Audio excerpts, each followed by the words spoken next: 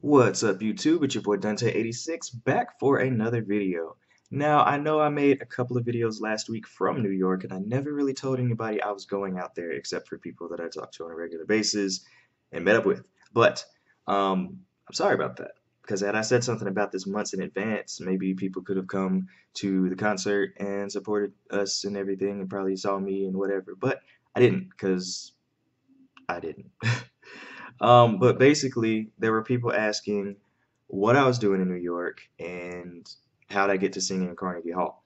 So, I'm a part of a professional singing group. That's kind of weird to say, but a professional singing group that is consisted of my old college professor, a choir conductor.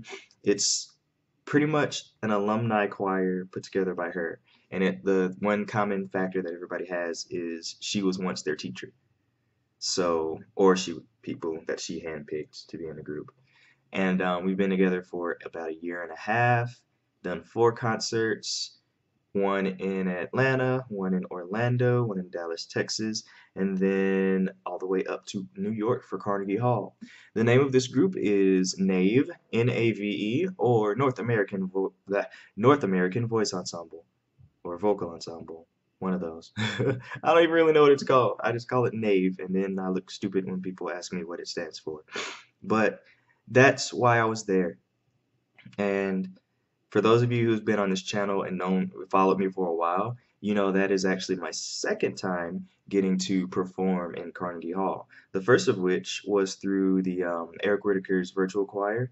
I got selected by Eric Whitacre to perform in his Paradise Lost performance that he had there.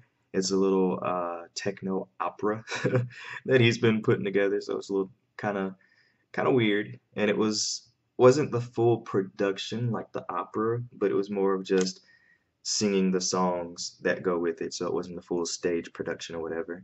And I was one of the, I think, 5 or 6 people that were selected to go and sing with Eric Whitacre in Carnegie Hall at that time.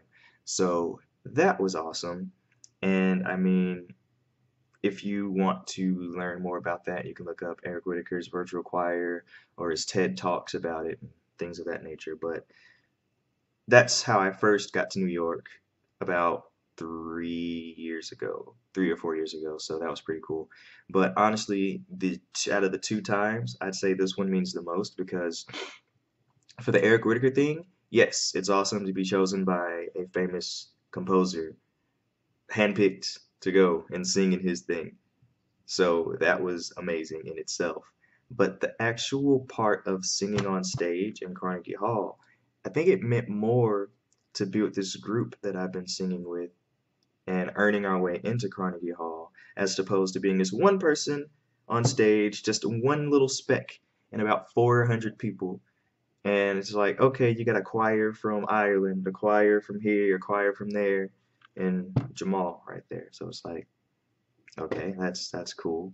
It wasn't a bad thing. I'm not saying it was bad, but this means more to me to have gone to sing in Carnegie Hall with Nave because that's a choir of maybe 30 people, and I know that we worked hard to get there, so it's pretty awesome.